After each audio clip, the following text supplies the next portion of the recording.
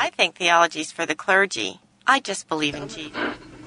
Certain hermeneutics of eschatology demand an exegetical approach. I think you shouldn't question what you were taught in church. Isn't that blasphemy or something? Theology Unplugged. One of the things I struggle with is being a Calvinist, not because the doctrines themselves, I love them. After all, in all the issues that get people out of whack, I punt to the I'm a compatibilist flavor of Calvinism. That's just basically saying, hey, I have the best of both worlds. You know, you say I deny one thing and I accept another. No, I actually accept both because the Bible teaches both. So whenever the Bible says that he is sovereign and he is in control and nothing that happens is outside of his will, and then also we are held responsible for everything we choose. Whenever it says that God loves everybody but hates the wicked, hates unbelievers, there is a tension there, and we have to hold to both. And I hold very much that God loves everybody, but in some sense, whenever we read the Bible, there's a sense in which you are an enemy of God outside of his family. I believe that he loves everybody, but he didn't choose everybody. That is the tension I live with. This essentially means I hold to both unconditional election and human freedom, properly defined, and responsibility. I love the doctrines of grace, all of them. You know, basically the tulip type stuff, total depravity, unconditional election, limited atonement, irresistible grace, and perseverance of the saints. Although, you know, limited atonement, I could go either way on. I'm usually one that, I can't really go both there because that's a contradiction. But at the same time, depends on what side of the bed I wake up on with limited atonement. I'd say right now, do I believe in limited atonement more than not? Yes, I think. I love the word that my Arminian and Molinist buddies hate me using. That's tension, because I can hold things in tension.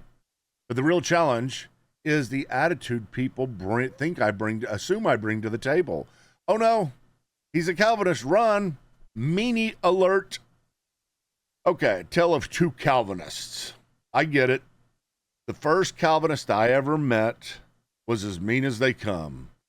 He owned a Christian bookstore I frequented, and he was nice to me, but only because I was following him. I was a young Calvinist, and everything he said I hung on to. So everything else, though, is a fair game to hate for this guy, as long as you're not a Calvinist. If you're not a Calvinist. And he meant it. He mocked every other flavor of theologian that walked by. Now, don't get me wrong. I've done the same too. I mean, we all do that, at least in a joke, especially whenever we're in our own circles. But you can tell it whenever it's different for some people. This guy had an edge about him, a kind of anger that hides under the just joking. You know the type. Some people poke fun and laugh it off. You make a meme and you laugh about it together, and the person you're making it about laughs. Others poke fun and you can tell they've got a theological hit list in their minds, always forming. This was back in 95 or 96. I hadn't even taken Greek formally yet. I was at his fellowship. He had a little gathering at his bookstore where he had somebody come and teach Greek. I got kicked out of it, though. Not because I wasn't Calvinist, but because I wasn't his kind of Calvinist. His version said God hates the non-elect without qualification. And I struggled with that. I mean, who wouldn't? Who doesn't struggle with all the doctrines of grace whenever you first hear them? Whether you accept them or not, there is a struggle there. I thought it was normal for the Calvinists to have this kind of attitude, and it was hard for me. After all, for this guy, God hated a very large swath of his creation, unqualified hated. one day, he was trying to talk me into this. We were going back and forth, and one day I walked into his bookstore and asked this question: what are we supposed to do with our enemies? And he said, to love them. I said, okay, then why would God command us to a virtue that he himself is unwilling or unable to practice? And that was it. That was the last thing I ever said to him. Not my fault. It was the last time I ever saw him. Now, of course, I'm waiting for the thunderous applause triggered by my razor-sharp logic and response to him to settle. And I'm still waiting. Since then, I've tried to distinguish myself from that kind of Calvinist. You know the type: rigid, combative, proud, always looking for the next theological street fight. I've done my best to show, right out of the gate, whenever I'm talking to you, that I'm not that kind of Calvinist. I'm not that kind of guy. If someone finds out I'm a Calvinist, I want them to at least have a little hope that I might be bearable. There are some, there might be some stock value in my attitude, even if they're bracing for the impact of this label. Now, to be fair, most Calvinists I've known aren't like that guy either. Seriously, they're not. They're thoughtful, kind, and usually operating in somewhat evangelical circles. Many of them have come out of places like Dallas Theological Seminary, like I did, content. They're deeply committed to the doctrines of grace, mostly, slightly dispensational, qualified, and fiercely loyal to the exegetical and authorial intent method of hermeneutics without disclaimers. And what do I mean by that? I just mean that they take the Bible seriously in the context, wherever it is at. And if the development of doctrine does not cancel something out, the tension resides. There's often tension in the Bible. And I think Calvinism, sovereignty of God, and human responsibility, you can keep them both fully intact, kind of like you do the Trinity. One God, three persons. We don't really know how they work out, but I don't like, I'm going off on a tangent here, but I don't like the way people solve it sometimes, or at least solve it too quickly without qualification of their own ignorance, of their own uncertainty. Everybody's so certain. I mean, I'm convicted about my Calvinism, but I'm not certain like some are. You'll see. I don't know. I'm getting ahead of myself. Now, I'm not saying there's a direct connection between having theology ruled over by exegesis and being a Calvinist, but I'm not saying that. Let's just say this: if you really stick to the authorial intent method, biblical method of hermeneutics, where you, again, whenever you're reading the Bible, what you're trying to discover is not what you intend, not what even the readers intend, but what the author intended. It's a matter of time, if you do this, that you find yourself coerced or forced and cornered into the glory of compatibilism. Again, compatibilism, holding the best of both worlds, human responsibility and divine freedom. You won't know how you got there. It was never your destination. But isn't that just like God? The whole my ways are not your ways thing. Welcome to the club. We do have snacks over there in the corner and a vending machine. No coffee, though. We're out. I drank it all. Okay, understanding my Calvinism. This is actually why I started writing this blog. Everything up until now, that was just a long, meandering prelude. I always do this. I start with a very, very simple idea. I'm going to usually post it on Facebook, just one sentence. And, it's amazing sentence. It's going to blow people away, but then it turns into more. Then I stack story on top of story, and by the time I get to the point, I've built a small novella. That's a new word I'm using there. Novella. So if you've ever, and a novella is a small novel. So if you've made it this far, congratulations. But honestly, you could have just started right here and been completely safe. So here's how you can understand everything I'm trying to say. Imagine heaven, or better, just think of the new earth. The question is, will we know everything in heaven? That really is the question. If you understand what I'm asking here and really think it through, if you took that question and left right now and said, I'll come back tomorrow and tell you, then we could really talk about this. Because a lot of times we just assume about heaven. But here's what I'm saying, okay? Let's say we're on the new heaven, we're in the new heavens, we're on the new earth, all things made new, glorified minds, perfect love, no sin, no ego. This is the question. Can we still be wrong? It's kind of like the same question that we ask about Jesus. Could Jesus have gotten a math problem wrong? Okay, and I know that's different than saying a theology program whenever it comes to Jesus. I'm just saying, can we still be wrong about some theology in heaven? Well, we know all theological answers. Now, I know theological answers, that's just, usually you would say, well, depends on what, right? That's good. I think if you say depends on what type of theology, what questions in theology, then you're getting the right idea. You might say yes. Of course, we'll know everything. Glorification means clarity, right? No more confusion, no more error. But hold on. Are we taken directly to the theological woodshed and returned a theological giant? Think about that. We sometimes say, whenever we get to heaven, we'll all go to the theological woodshed for a little bit. It means we're going to get taken. If you don't know what that means, that reference means you're going to be taken out back and spanked.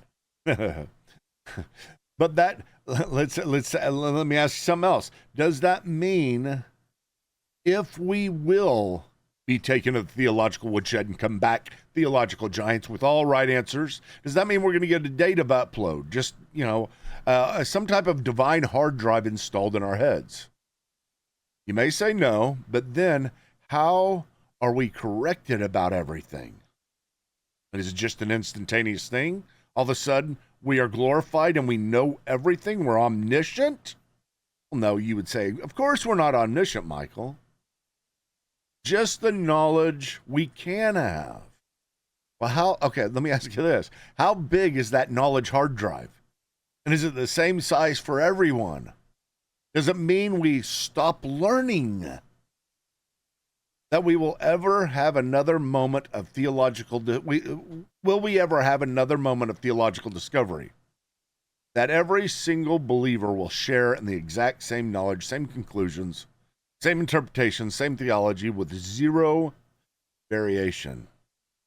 Here's what I think. I think that sounds less like heaven and more like theological factory settings.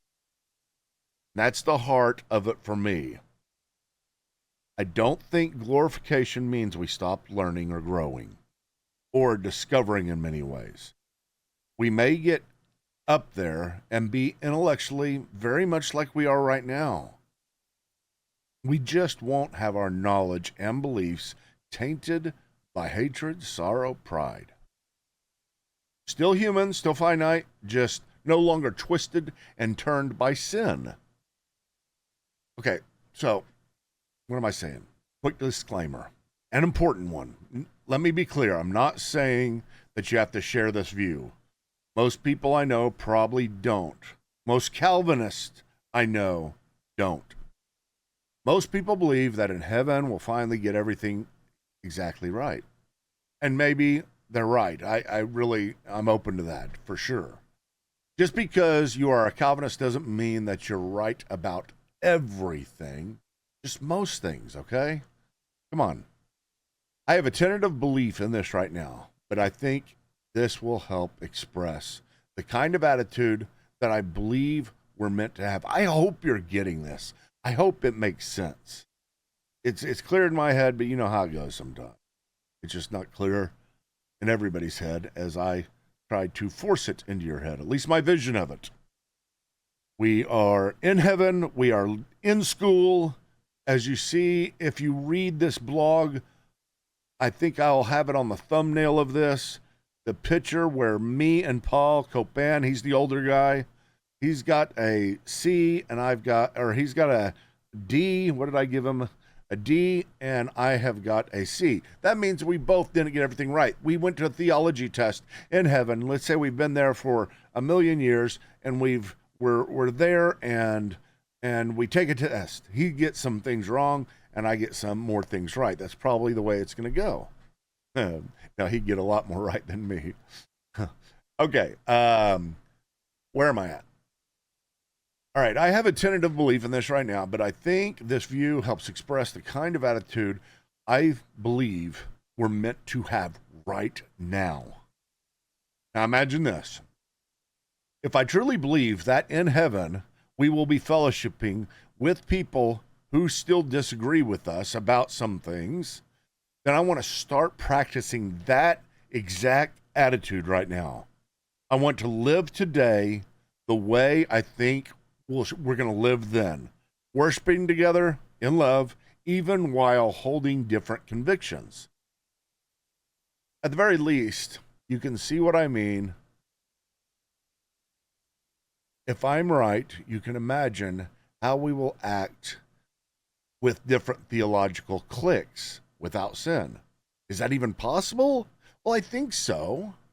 Wait for it. I think it is possible that there may be Calvinist and Arminians in heaven. Just not Molinist. Okay, come on, Molinist. Molinists are like vampires. They're such rotten tempers. Does anybody have any clue where that comes from? If you do, post it. I'm waiting. It's a movie reference. I'm all over the place. I know. I'm having fun.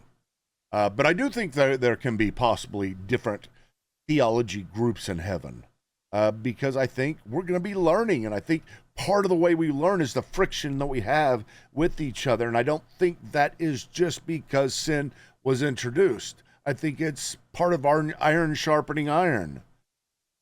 I mean, I can't think of any other way you would learn, except for you ask a question and an angel comes and updates your hard drive with the right answer. That doesn't seem like that was the way it was supposed to be in the garden. Aren't we restoring things to the way they were? Are we going to plan A or plan B? I think we're sticking with plan A. I think there's a restoration of all things. I think there's a redemption of all things. I don't think there's this big change of plans. Let's move to something, let's try to get a mulligan in this God creating the heavens on the earth thing. And do it differently this time, hit the ball differently No, it's the same. God's just restoring it. I don't know if that mulligan thing worked. I'm way off the blog. 2 examples, Paul and Thomas. Let me give you 2 real-life examples of this kind of attitude. We used to have Paul Copan come to the Credo House. I just sent him this blog, by the way, and he wrote back and laughed and thought it was good. Or he thought at least the picture was good. He and I hit it off instantly, and we've been best friends. Not best friends. We've been dear friends ever since. He's a hardcore Arminian. I'm a hardcore Calvinist, and we always have a blast talking about this stuff. When he was at Credo, he and I would talk about life and theology for hours. We both always took jabs at each other's theology whenever it came to these particular areas. We often disagreed with full conviction held, but never lost respect, and we never lost unity and the kindness of Christ. Or at least he never did, and I never felt any different towards him. This is the way I feel towards everybody that has this kind of attitude. There's also Thomas Oden. He lived down the street. The great theologian Thomas Oden. I had the pleasure of having him live down the street from me for the final years of his life while he was finishing his ancient Christian commentary on the Scripture series, a massive multi-volume commentary of the early church. How did the early church interpret the Bible? And he'd let me into his home office, and we'd sit there during his final years. Even then, and we talked about life and ministry. We even talked about his hardcore Wesleyan belief, basically Arminian with a twist, and my compatibilism. And I was blessed to be discipled by him for the very short time. I really was. He listened. He never made me feel small, even though he was about as theologically big as they come. He poked fun at me, but he held too much grandeur and mystique for me to make fun of him too. But I know he would have let me. He would have. He was just an incredible guy. Both Paul and Tom Oden, I hold in the exact same category. They are the same exact type of person. This kind, the attitude I see in them. It's not the theology. I know they love Christ. There is a theology of Christ for sure. Okay, let me try to bring this one home. The lens through which I see Christians. When I meet new professing Christians, what do I look for? The first thing is this. It's whether or not they are Calvinists. No, just kidding. First, it is, do they love Christ and why? That's what I'll do. That's what I do. I send them down and I ask them this. Sometimes they're taken aback by this. And I say, do you love Christ? And well, yeah, of course I do. I say, why? And, as they sit there and think, I can tell a lot about them, what they say whenever they say why. Once I see your relationship with the person and work of Christ, I want to see your attitude next. I don't care whether you're premill, postmill, Arminian, Calvinist, young earth, old earth. I want to know your hearts reflect the humility of the one you claim to follow. Then and only then can we get to the business of Calvinism, if we ever do. I mean, we probably will if you're around me at some point. But, my point is, that's way down the road. Way down the road. And that's what this whole mystical Calvinism, this is what mystical Calvinism thing drives me toward. Okay, now let me talk about the mystical side of them. Mysticism and the infinite God. The reason why that matters so much is because of the mystical theology or the mysticism that I have baked into it. And I'm not talking about the fluffy, abstract kind. I'm talking about the deep awareness that God is infinite and we are finite. God is infinitely above us. He is wholly other. W-H-O-L-L-Y. He is wholly other. And we are finite here on the earth. In every category, he is the greatest conceivable being.